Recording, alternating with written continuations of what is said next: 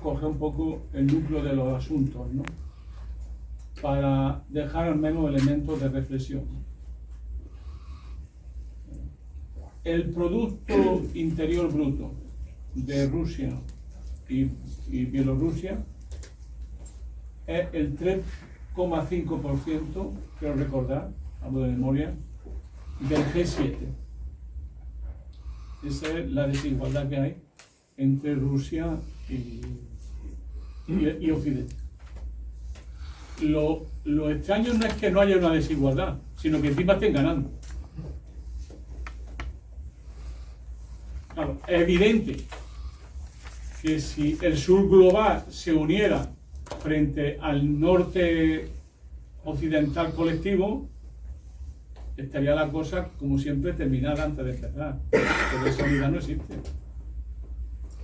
O sea, sigue habiendo distintos modos y fuerzas para enfocar el orden global. Y la misma concepción de la multipolaridad no es unívoca.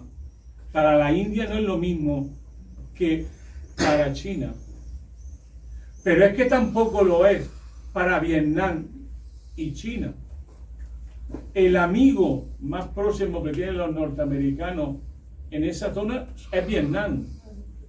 Y diréis, ¿cómo es posible? Es que la geopolítica es muy complicada. ¿Por qué? Porque los estados, más allá de las teorías, tienen intereses. Y todavía se acuerdan los vietnamitas de los chinos. No ya solo de antiguos, es que la China de Mao invadió Vietnam. Y el temor a una gran potencia china le preocupa a diversos países de China, perdón, de Asia, entre ellos Vietnam. No solo Vietnam, que tienen relaciones más profundas con los rusos, como siempre, que con China. Y a su vez, el gran aliado en la zona de Rusia es la India. Y el gran aliado de China es Pakistán. Diréis, ¿es casualidad? No, ninguna es casualidad. Es el juego de intereses y de estrategias que tienen que ver con la historia de todos los países, que tienen que ver con las tradiciones, que tienen que ver con el juego estratégico en la que todos los países, por definición, están.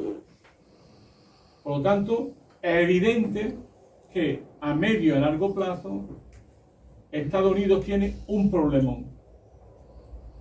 No es que se junten todos frente a él, es que simplemente China los va a alcanzar político y militarmente. Solamente China.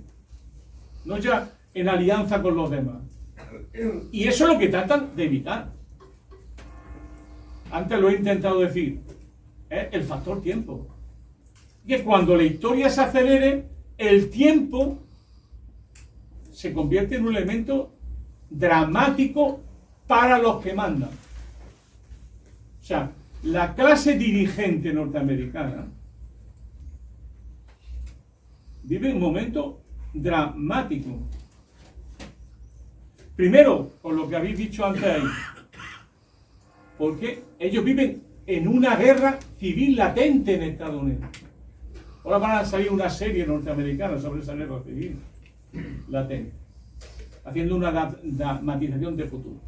El conflicto entre Biden y Donald Trump no es como dicen aquí la izquierda y el periódico El País, un problema entre la derecha e izquierda, conservadora y liberal. Eso no tiene nada que ver con el debate real. Hay un conflicto en la sociedad norteamericana profundo, sistemático, que puede llevarle a una guerra civil como país.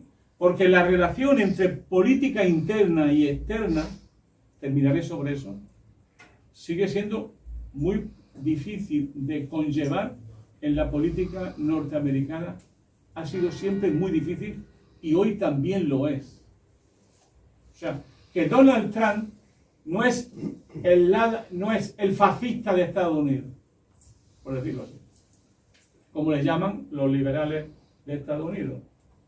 Porque puesto a fascista no quiero seguir haciendo comparaciones. Por los hechos los conoceréis.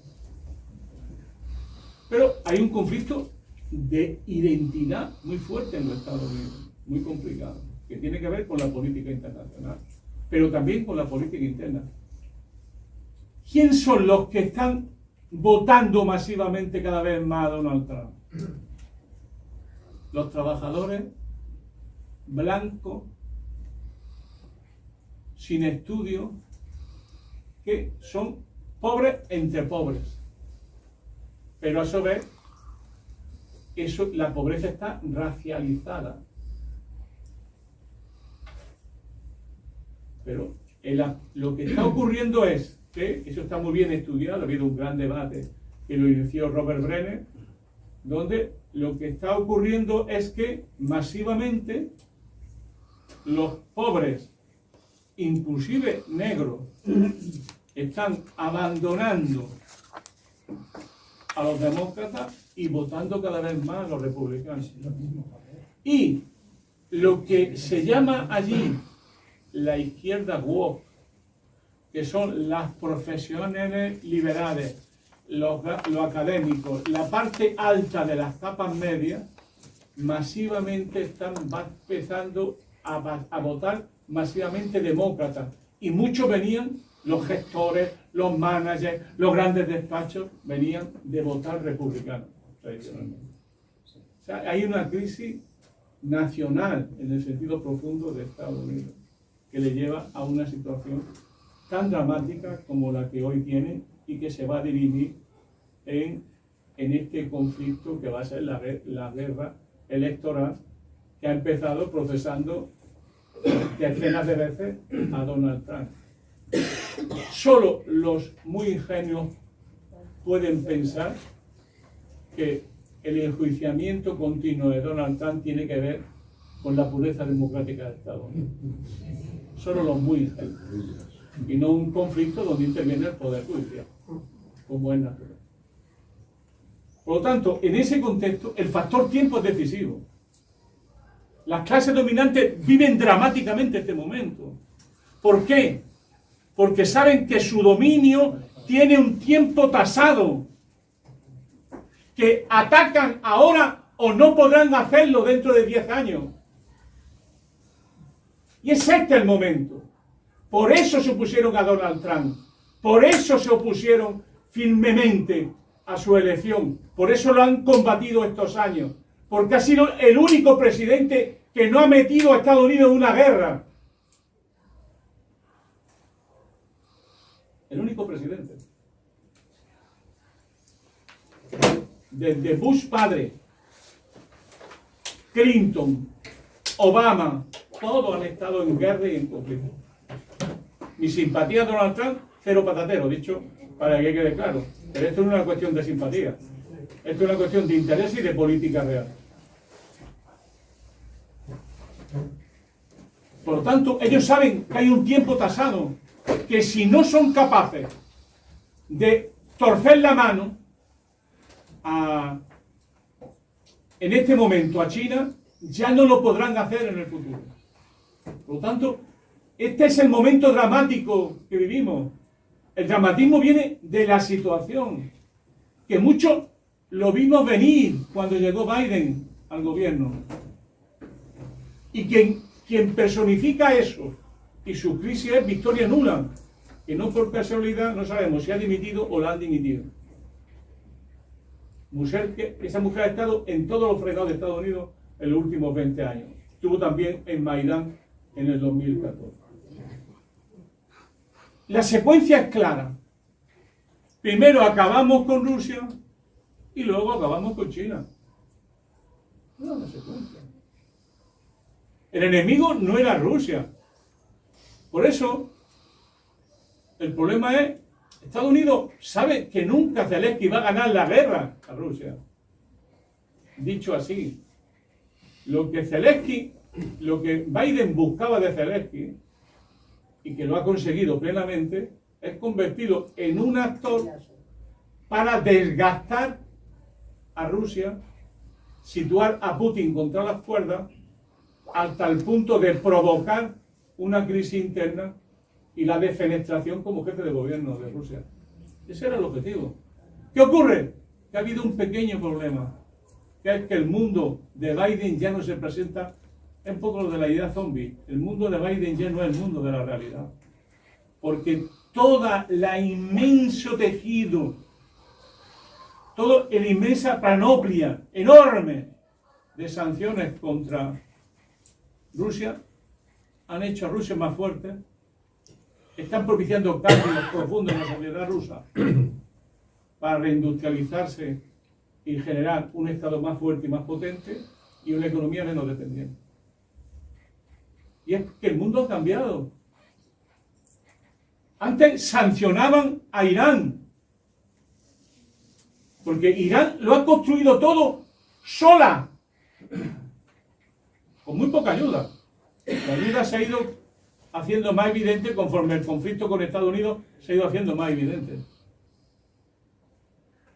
Pero Irán ha tenido que convivir con una oposición interna dura, con una oposición armada interna dura y con un conjunto de sanciones que le ha obligado a ellos a tener que reconstruir un aparato productivo y un aparato tecnológico militar productivo con sus propios fundamentos. Y hoy son, en ese tipo de armas, una de las potencias más importantes, solo comparable con Corea del Norte,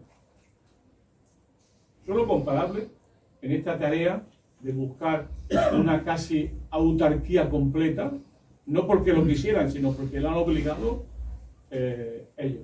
Por lo tanto, esa es la situación que había. Primero Putin y luego Xi Jinping. Esa era la estrategia. Por lo tanto, cuando le preguntan a Zelensky, bueno, ¿por qué no me das más armas? Es que tú no estás para ganar esta guerra, no la vas a ganar. Tú estás para desgastar. Tu guerra debe de durar mucho porque se piensa que si duele mucho, el coste que va a tener Rusia va a ser un coste muy alto en términos de muerte, en términos de desgaste, para echar al núcleo dirigente que personifica hoy Vladimir Putin. Esa es la estrategia que tenía Estados Unidos diseñada desde hace muchos años. Porque los primeros que advirtieron quién era Putin, que fue un gol que le colaron a Estados Unidos y a Yeltsin, los primeros que lo advirtieron fueron los grandes oligarcas. Cuando Putin se reunió con ellos, eso está documentado, un día y le dijo dos cosas. Le dijo. Primero, no les voy a preguntar de dónde han conseguido su fortuna. Pero le dijo una segunda cosa. Aquí manda el Estado ruso, no ustedes. Y no se metan en política porque lo vamos a echar de la política. Y hubo dos, que por cierto eran quienes apoyaban a Putin, dos de ellos, que dijeron, que no dijeron esta boca es mía, y que empezaron a conspirar y a organizarle la guerra a Putin. Esos fueron los primeros que advirtieron a Estados Unidos de que estaba pasando algo en Rusia no prevista, que era que se les coló Putin. Y se les coló hasta el punto de llevar 20 años reconstruyendo sobre cimientos en parte nuevos y en parte viejos las viejas estructuras estatales de un Estado que se estaba convirtiendo en un Estado fallido. Y termino con dos cosas. Ucrania. El tema de Ucrania es muy difícil de explicar aquí en un día, pero solo decir que Ucrania tiene, como muchos países, un problema que es de construcción. La construcción de la nacionalidad. Ucrania es un Estado que llamaríamos en nuestro lenguaje plurinacional, donde coexisten diversas etnias, diversas culturas, y donde solo fue viable como país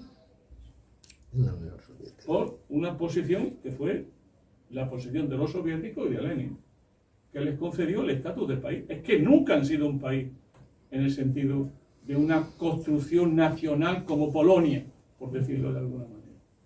Nunca han sido un país, entre comillas, nacional no han sido un Estado moderno nunca han tenido esa configuración. Y siempre han tenido dos problemas muy serios. Uno es que los movimientos nacionalistas ucranianos siempre han tenido desde finales del siglo XIX, como el sionismo, que luego hablaré, han tenido siempre, que no son una deriva de extrema derecha. Es decir, el imaginario nacionalista construido era de aliado del fascismo y del nazismo. Eso es un dato, no es una valoración del presente. Es decir, el nacionalismo y los dirigentes nacionalistas que hablaron de una Ucrania construcción nacional, era ese sector que siempre ha tenido una deriva y que hizo eclosión, como muchos de estos países, porque la intervención alemana, esto se olvida de verdad, y es terrible que se olvide, fue también una guerra civil en muchos países. Por ejemplo, en Serbia, el ejemplo yugoslavo es el que ejemplifica todo.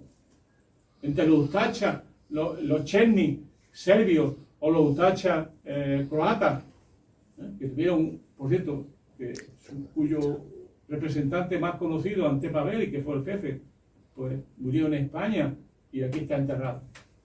Es decir, para entendernos, la intervención alemana en los países del este fue una intervención que buscaba aliados en lo que eran sus aliados de extrema derecha. Era más complejo países como Rumanía, no lo era para nada Checoslovaquia, como se ha demostrado en la ruptura de las dos comunidades hace bien poco. Y el otro problema que tenía Ucrania era una presencia muy importante de gentes de etnia rusa que estaban en la parte más rica de Ucrania, la que mayor movimiento obrero tenía y la parte más industrial de Ucrania.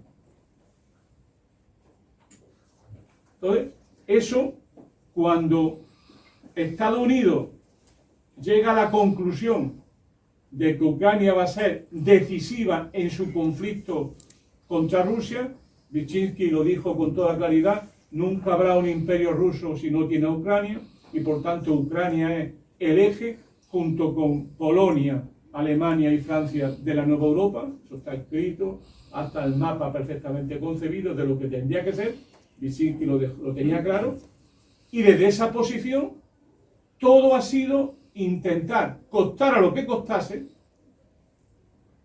propiciar un movimiento antirruso, por un lado, que la deriva natural era hacia la extrema derecha. Eso es lo que explica en gran medida que mucho antes de la intervención rusa en el conflicto de Ucrania, mucho antes, los problemas de guerra civil latente y abierta eran clarísimos. Cosa diferente es Crimea. Eso es ruso, de Rusia, pues desde hace más de 300 años, si mal no recuerdo. Y que fue una mañana que se le ocurrió a Nikita Khrushchev, que era también ucraniano, que se lo cedía gloriosamente a Ucrania. Pero claro, para Rusia, primero, todos son mayoría clara étnica rusa, y además Sebastopol y Crimea es algo decisivo para los intereses estratégicos de Rusia, como todo el mundo sabe, que tenga un poquito de ojo. Entonces, eso es lo que es que no es que sean tontos siendo fascistas, es que son parte de su constitución como país independiente, justamente el fascismo, que es uno de sus antecedentes y base de maniobra del poder, los que hicieron, entre comillas, la revolución democrática que llaman en Occidente de Maidán, fueron milicias fascistas y fascistizantes organizadas por los Estados Unidos, financiadas por Estados Unidos. Eso fue, y por lo tanto, sin el golpe del 2014 no nos entenderíamos de lo que estaba ocurriendo. Y termino con Israel. De esta historia, el sionismo es una historia europea, más que rusa. Hay mucha discusión sobre si los askenazis, o sea, los judíos del este, que fueron una gran cultura, con una lengua extraordinariamente brillante como el yiddish, y que eran gente especialmente culta y que tenían un modo específico de ser europeo que yo valoro mucho, tenían o no que ver con la diáspora judía. Eso está discutida, muy discutida. Y hay muchos que piensan que eran házaros y que venían de ahí. Y que por tanto no tenían nada que ver con la llegada de judíos. Los que había en España, los sefardistas, sí. Ellos llegaron en el siglo VI de nuestra era y sí, tenían que ver. Eran sefardistas y tenían que ver con la diáspora. Pero no así los askenazis seguramente. Pero el sionismo es una idea europea y un nacionalismo de raíz europea y germana, para más señas, germano-francesa, para decirlo ahí. Tenía esa mezcla. Pero el sionismo tenía diversas caras. Lo que hoy es muy casi imposible de explicar es que el sionismo que predomina, no ya el sionismo en sí, sino el sionismo que predomina es un sionismo que se llama a sí mismo revisionista, que tiene que ver con Jabotinsky, que era un personaje muy específico de un determinado modo de concebir el sionismo, que terminó individualizando la incompatibilidad entre el nacionalismo judío y el nacionalismo árabe, los dos en emergencia.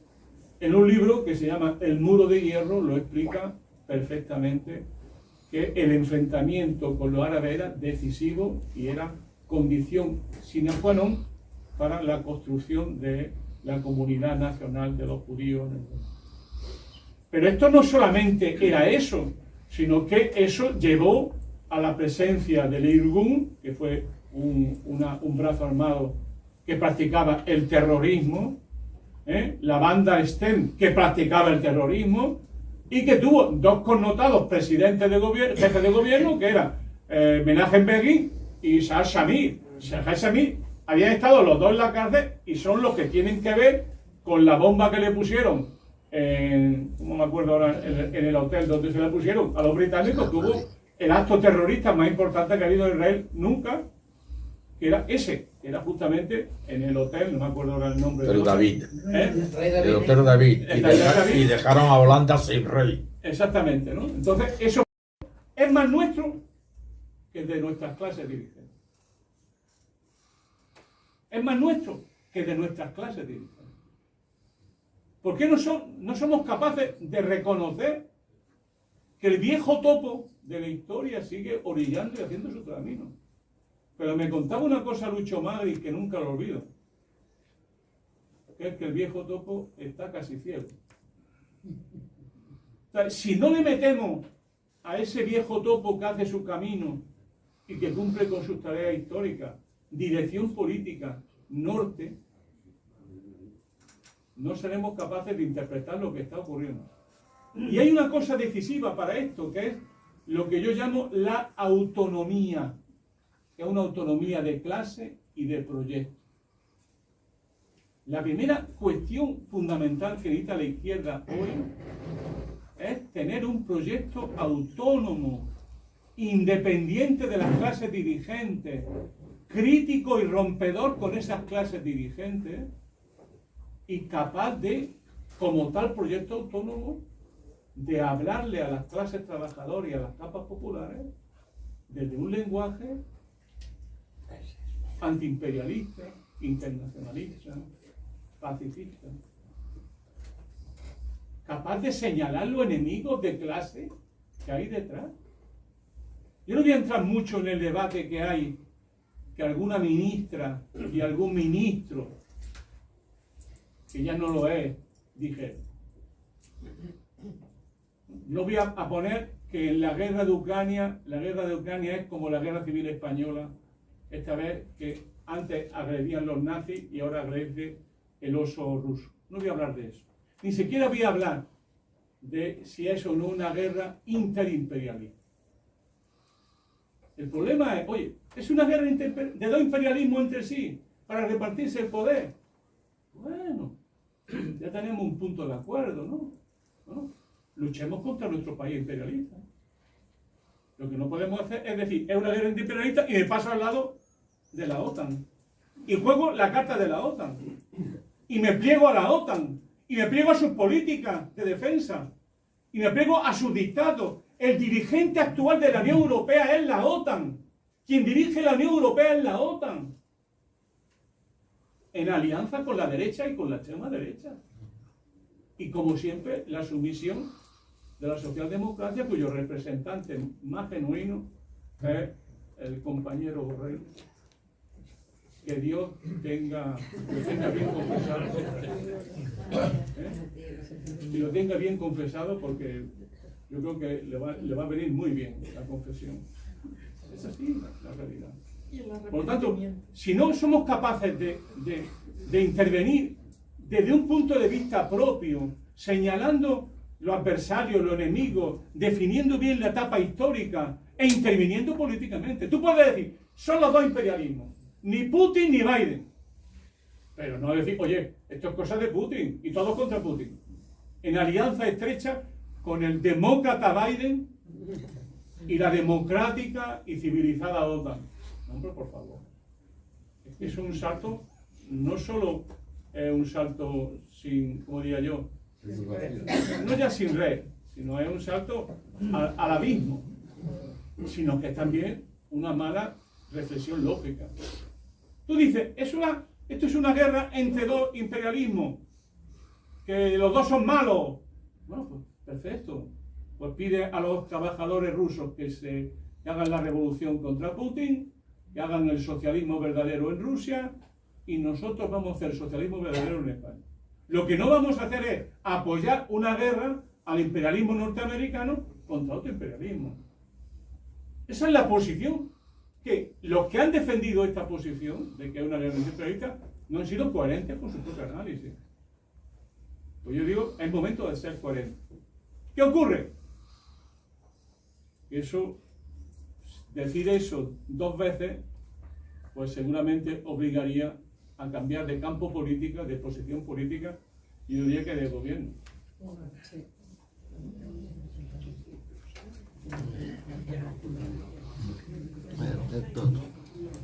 Bueno, pues hay una palabra, pero muy rápida, porque ahora tocaría firmar algunos libros aquí a Modereo, si queréis. Sí, dale. No, simplemente si creéis que en algún momento llegará que la sociedad civil ya no ni siquiera a nivel estatal, sino a nivel europeo, nos levantemos de nuevo y cantemos no a la guerra y paremos esto. Y en caso de hacerlo, si las élites que nos gobiernan harían algún tipo de... Yo en eso soy algo más pesimista que la compañera. Yo creo que la división que hay entre dirigente y dirigido no es tan asimétrica como ella dice. Yo creo que lo que hay es una enorme confusión, una enorme carencia de perspectiva y sobre todo lo que hay es una creciente desafección a la política misma. Pero eso tiene que ver, en nuestro caso, tiene que ver con dos derrotas. Hay una derrota de época histórica, que es la derrota del socialismo. No nos engañemos, la derrota del socialismo es lo que ha hecho que este momento sea un momento tan difícil para las clases trabajadoras. Que es la carencia de un proyecto autónomo diferenciado de la burguesía y con capacidad de proyectarse a las clases subalternas. Y eso ha sido la derrota de dos crisis, que fue la crisis de la izquierda europea y la crisis del socialismo real, que terminó llevando a la crisis de los movimientos de liberación nacional, que recién ahora se están levantando de nuevo desde posiciones diversas. es decir, los intereses del sur global. Por lo tanto, ese es el primer dato. Y luego en España hay una doble crisis, que es la crisis del 15M hasta ahora, de ese ciclo. Ese ciclo se ha terminado y no para bien. Ese ciclo ha terminado con la práctica autoliquidación de Podemos, que había sido el gran referente político, con más de 71 diputados, yo de eso lo sé bien, más de 71 diputados, y que hoy tiene dificultades de aparecer con alguna posibilidad electoral en Euskadi, o en Galicia no, en Euskadi, o en las próximas elecciones europeas. Constato, es decir, que esta doble crisis, la crisis de lo que fue el socialismo como movimiento histórico alternativo y la crisis de lo que fue el 15M como proyecto de renovación de España y sus traducciones políticas, hacen de que la confusión, la pérdida de perspectiva sea algo muy dramáticamente vivida, ¿no? Quizás muchas veces desde la indiferencia. Y yo añadiría un tercer elemento, que es el COVID, ¿no? Es decir, el enorme problema que fue aquella crisis tan dramática, tan dura que vivimos, pero también las conexiones sentimentales y políticas que se perdieron en aquella crisis, que yo creo que han sido muy dramáticas y que todavía hoy no sabemos valorar bien. Todos pensábamos, yo el primero, de que esa crisis no iba a ser mucho más, ¿cómo diría yo?, mucho más protagonista, no iban a ser más defensores en serio de lo público, más defensores de los derechos sociales y mayor capacidad de movilización social, ¿no? No ha sido así. Más bien, lo que ha ocurrido es que se ha profundizado la pasividad y sobre todo el control social del conflicto. Hoy el conflicto social está controlado claramente por las élites a través de su control de las élites políticas y de los medios de comunicación. Lo diré de otra manera, los que mandan y no se presentan a las elecciones tienen hoy más poder que nunca en Europa y en España. Nunca han tenido el poder que tienen hoy los poderosos. Nunca. Porque si os fijáis bien, todos los debates los deja a ellos a un lado y a la hora de debate se imponen siempre. Empezando por el debate, entre comillas, de la cuestión nacional, terminando por la amnistía o por cualquier otra cosa que os podéis ver en esta polarización. Si algo tiene esta polarización es que el debate político no cuestiona para nada a los grandes poderes, ni a su dirección, ni a su instrumento de hacer política. Y que el territorio de la polarización es el territorio de la derecha. O sea, se polariza en la derecha misma. Desde uno a la ofensiva, a otro a la defensiva, y otros desde el mal mayor y otros desde el mal menor. Pero lo que ocurre es que la idea de que todo frente a la derecha y a la extrema derecha puede ser un mecanismo de construcción democrática y popular, a mi juicio es un error garrafal, que tiene un tiempo tasado, como nos acaba de demostrar los argentinos y nos acaban de demostrar antes los italianos, por poner dos demostraciones, por no hablar de la demostración holandesa. Pero esa demostración, que viene el lobo, llegó, se los comió y punto pelota. Y eso es lo que va a ocurrir en este país si no nos ponemos remedio. La movilización social es muy difícil porque las élites de la izquierda están en otra cosa. Están en otra cosa. Y en otros conflictos. Y sobre todo no tienen un análisis claro de lo que pasa y mucho menos de los mecanismos políticos, organizativos que hace falta poner en marcha en este proceso. Es más, ni siquiera lo buscan. Ni siquiera lo buscan. Entonces, vamos poco a poco, como corderitos, a una definición histórico-social que puede terminar, lo digo con toda humildad y con el máximo de prudencia, en un conflicto nuclear. Que se está teorizando como guerra nuclear limitada por los teóricos. Se está haciendo así. Teóricos de los dos lados, por así decirlo. Por lo tanto, creo, compañeros, que ese es lo que hay. Acepto ese debate entre si sumamos o restamos, fue un poco divertido. Lo digo sinceramente. Bueno, pues muchas gracias a todos.